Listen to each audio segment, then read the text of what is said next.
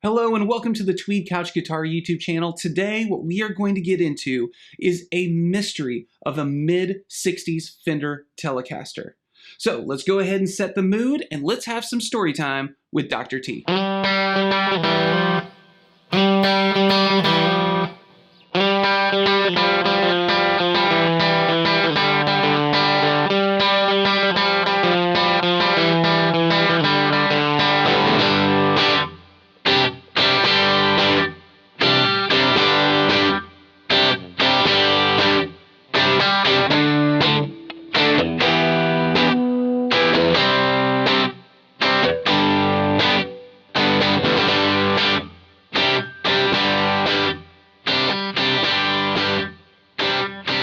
My buddy Dr. Wu got this guitar brand new in 1968. Now, when he originally got it, he described it as a translucent white with a white pickguard. We're pretty sure that that really means that it's probably an Olympic white, but he could see some wood grain in it. Of course, in the early 70s, as many other players did, if they decided they wanted to change the color of their guitar, they didn't just go buy another guitar. They would take the one they have and modify it. So he went to the hardware store, grabbed himself some spray cans, got some gold, sprayed it, got some candy apple red, sprayed it, and you have the color you have now.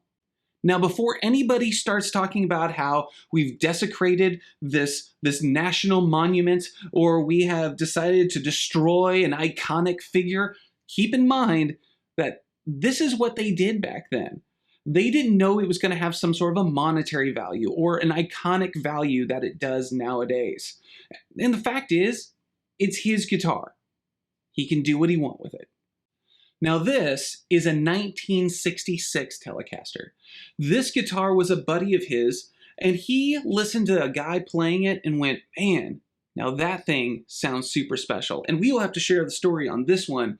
But what was interesting about it was because of that, he decided he was going to go ahead and change out the way that the wiring worked. So it's all still the original parts, but the difference is that he decided to change the way that the switching went to make it sound more like his buddy's 66. Now here is where the story gets interesting. Is he had given me this to go ahead and play for a while and borrow. And he said, this is my 68 Telecaster, enjoy. And I was like, oh, that's awesome. But at the same time, just because of the guy he is and how awesome he is, he said, why don't you go ahead and borrow the 66 as well? And this is where all of a sudden I realized, I don't think we have a 68 on our hands. Because when you look at the headstock, you will notice that Fender logo right there is the exact same as the other one. So if both Fender logos are the exact same, I would assume they're the same year. So I went ahead and looked at the back of the headstock. And when I look at the back of the headstock, really for the most part, the tuners, they look the exact same. A little bit of difference. This one has just the straight inline, normal, single Calusin tuners that have just those straight lines. And this one actually says Calusin Deluxe on the back of it. But ultimately I went, man, I think they're the same thing. So what's the next thing I decided to do? I decided to look up the serial number. Now, I don't know if Dr. Wu is okay with me sharing the serial number. So because of that, I'm not going to share the serial number, but I am going to tell you it starts with the numbers 198, and then there are 3 more digits after it. The reason why that's significant is because I decided to go ahead and date the guitar for him. I put it into Google just like anybody else would, and I went to a few different areas. Now, one of the places I decided to go to was to go to Fender.com and look up the serial number. I mean, after all, why not? And so that's what I ended up doing, and this is what I found. It says it's an amplifier. It's not an amplifier. So, with that said, I decided to go to another place. Google brought me to this place called guitarinsight.nl. I put in the serial number, I hit decode, and what did it give me? This is a late 69, early 70s, which made the mystery even more. So obviously it's not an amp, but it's also not a late 69, early 70s guitar, because it's missing a number of things. Number one being the tuners on the back should have the little F on it. Also, the headstock should be different, and The saddles should look different. So there were many issues to be had. So I went to another place. This place is called Zing Instruments. And when I went to Zing Instruments, I put it in and it said Korean made in like 1988 to 96. So that's obviously not right either. So I went, you know what, forget it. I'm gonna go to a trusted site. I'm going to Reverb. So I went to Reverb, and when I went to Reverb, I went ahead and checked it out and said, you know what, if I've got serial number 198 and 3 more digits, it said that I had a 1966. So now all of a sudden I'm real confused because one site says that it is late 60s, early 70s, another one says it's a 66, which would match the headstock logo, and now I don't really know what to think. So I moved on and I started going elsewhere. This place is called True Guitar Vintage, and when I checked it out there, it had a whole array of different serial numbers, and it said this should be a 1966. So I went, yes, I must be onto something. It's probably a 66. So then I went to UK Serial Decoder, and when I went there, it said, yes, we agree, this is likely a 1966 based off of this serial number. Then I went back to More Music, and More Music said, you know, it's probably a 66 or a 67. Okay, so maybe this is a 66. Maybe we're looking at 66, maybe a 67, but so far I have yet to actually see 1968 as a possibility. But then I went to guitarrepairbench.com, and when I went there, it said, based off of the serial numbers, it could be a 66, it could be a 67, could be a 68, it could be anything. And I started to really wonder, what is this guitar? Like, I have no idea what this serial number stuff is. And so that's when I decided to post up on the gear page and ask some of the experts there what they thought about this guitar.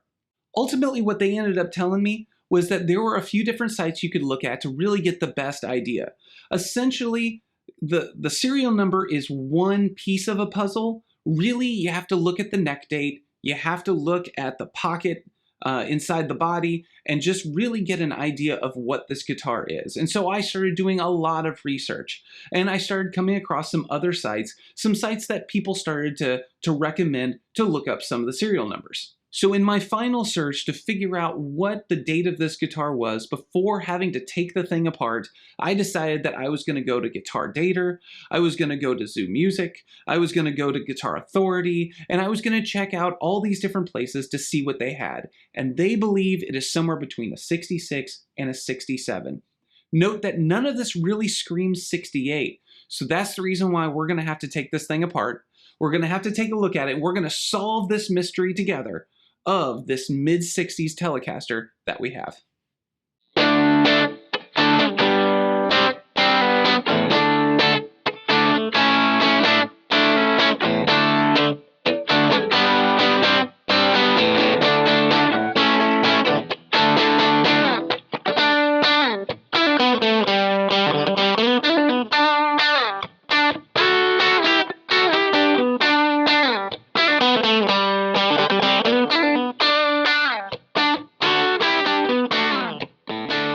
Okay, let's go ahead and take this thing apart and let's see if we can figure out what year it is.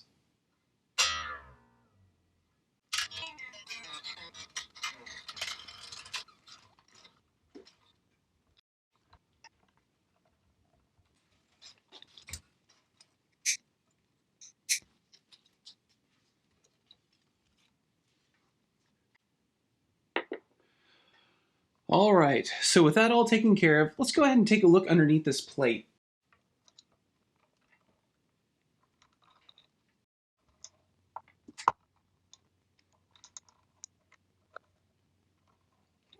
All right, let's go ahead and reveal underneath this plate.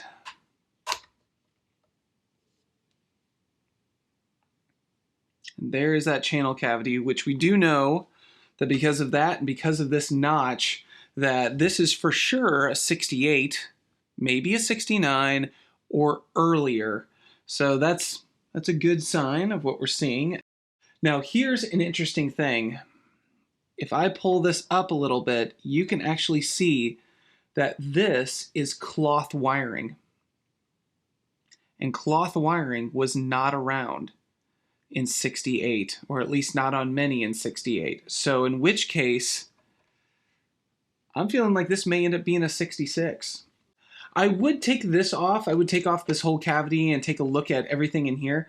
But this is actually a really interesting fact that the pots themselves, like the pots on the inside, they were bought in a huge gross back in the 60s. And because they were bought as a huge gross, meaning a lot of them, they actually used pots that will date back to late 64, 65, on into the 70s. So it'll be like 1971 and the pot's still dated as a 65. It's kind of interesting. So I'm not going to worry about this right now. We're on a mission to figure out a mystery. So next step to figuring out the mystery, it's taking off the neck. So here we go.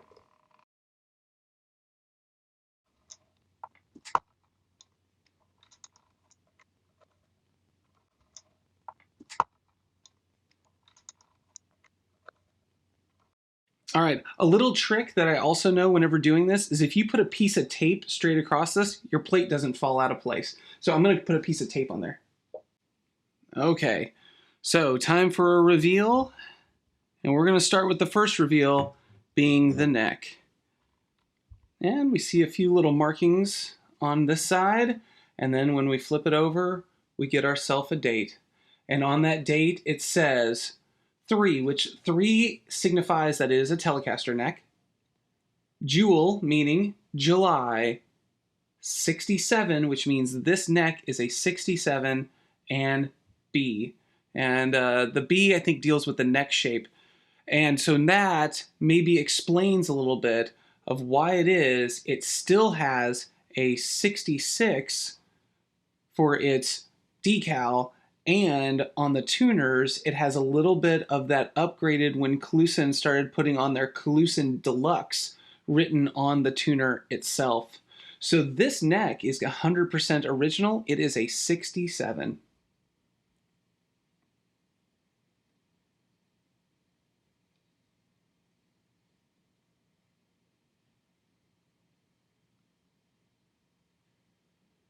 So now let's go ahead and see what happens when we check out the neck pocket. I have no idea, so here we go.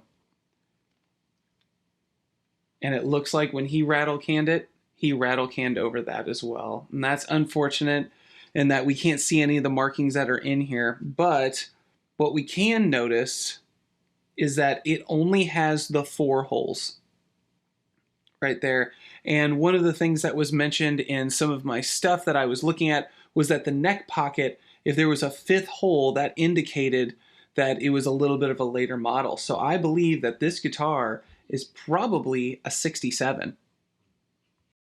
Well, I hope you had a good time taking this thing apart, because I sure did. Now, one of the things that I wanted to mention was when I got done taking the guitar apart, I actually reached out a little bit more onto the gear page to ask about this guitar. And when I did, I found out that there was a lot of times where people would look at the serial number and it would date something as a 1971. And then when you take it apart, it said 67. And what I found out in my research was that basically the way that they did serial numbering on these guitars was they had a big box of neck plates, just a big gross of them, just different serial numbers that were done sequentially. But whenever people would put the neck plate on the guitar, they didn't grab them sequentially. They just stuck their hand in there, grabbed out a plate, stuck it on the guitar, good to go. So because of that, the reason why you're going to get a discrepancy and the reason why there's a range and there's some overlap is largely because of the way that Fender did it back in the mid-60s, early 70s. Well, at the end of the day, I hope you had a great time. If you did, make sure you hit like and subscribe. If you'd like to add a comment, be sure to do that. You can do that down the bottom, but make sure that you keep it classy.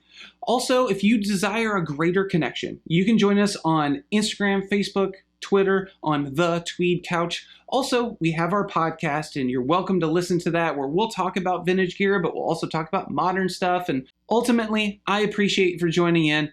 And just remember, you are your greatest asset. Until next time.